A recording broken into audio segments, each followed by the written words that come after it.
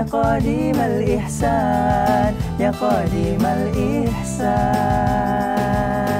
Bahru judika malyan, judlana bil ghufran, judlana bil ghufran.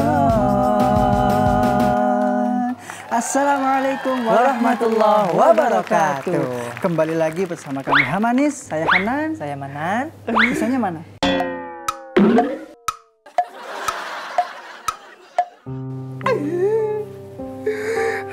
Kenapa ini nangis ya Allah? Malu tuh dilihat pemirsa di rumah. Ini lagi opening, mukanya happy, semangat, malah nangis. Si Romla. Kenapa Romla? Romla. Kenapa? Gue ditinggal nikah sama Romla. Ya Allah. Romla nikah sama si Jupri, anak juragan Lele. Berarti itu bukan jodoh kamu. Lu gak ngerasain sih gimana ditinggal nikah, sakit.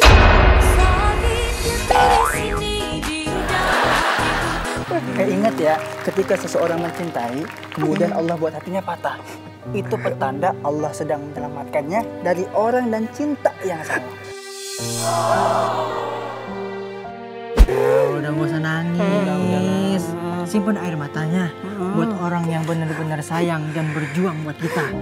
Contohnya ke orang tua kita tuh. Daripada nangis begini nggak ada manfaatnya, nggak bisa buat memadamkan api neraka.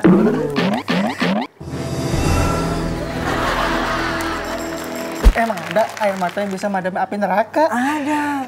Air mata yang mengalir karena menyesali dosa dan takut kepada Allah itu bisa memadamkan api neraka. Masya Allah. Nah, mau tahu penjelasannya? Mau. Mau tahu? Yuk kita saksikan tayangan berikutnya.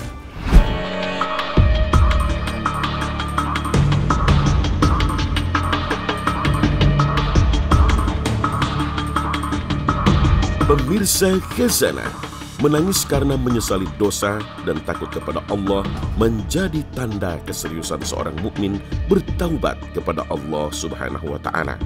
Bahkan menjadi tanda akan ampunan Allah Subhanahu wa taala. Memang tak semua orang mudah mengeluarkan air mata, tapi air mata bisa meleleh dengan cara melatih dan membiasakannya. Karena menangis itu bukan urusan sepele. Jika sulit keluar air mata, jangan-jangan hati kita telah membatu. Padahal air mata bisa memadamkan api neraka.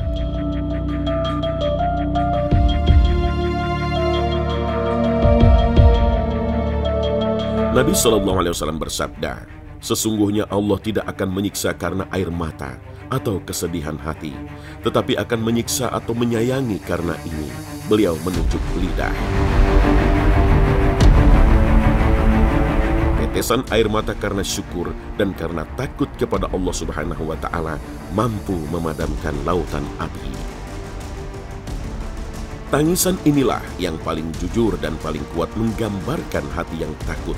Tangisan karena takut kepada Allah Subhanahu wa taala inilah yang paling utama dan memiliki kemuliaan tertinggi.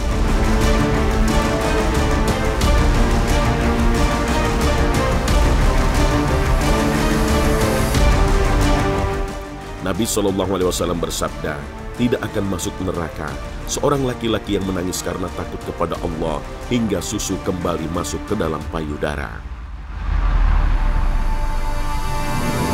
Beliau juga bersabda, tidak ada sesuatu pun yang lebih dicintai oleh Allah daripada dua tetes dan dua jejak, yaitu setetes air mata karena takut kepada Allah dan setetes darah yang ditumpahkan di jalan Allah. Sedang yang dua tanda adalah jejak di jalan Allah dan jejak pelaksanaan salah satu kewajiban dari Allah.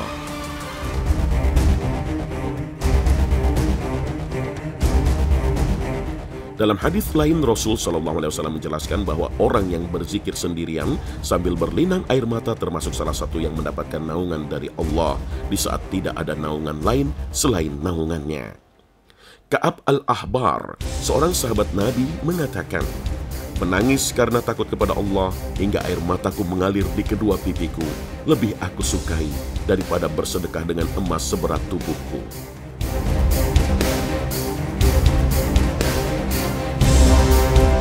Begitulah Nabi SAW mengajarkan umatnya bahwa tangisan itu luar biasa, bisa memadamkan api neraka.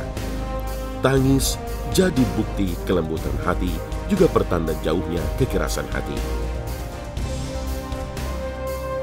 Itulah mengapa tangis menjadi bentuk taqarrub, mendekatkan diri yang paling agung yang dilakukan oleh para ahli ibadah.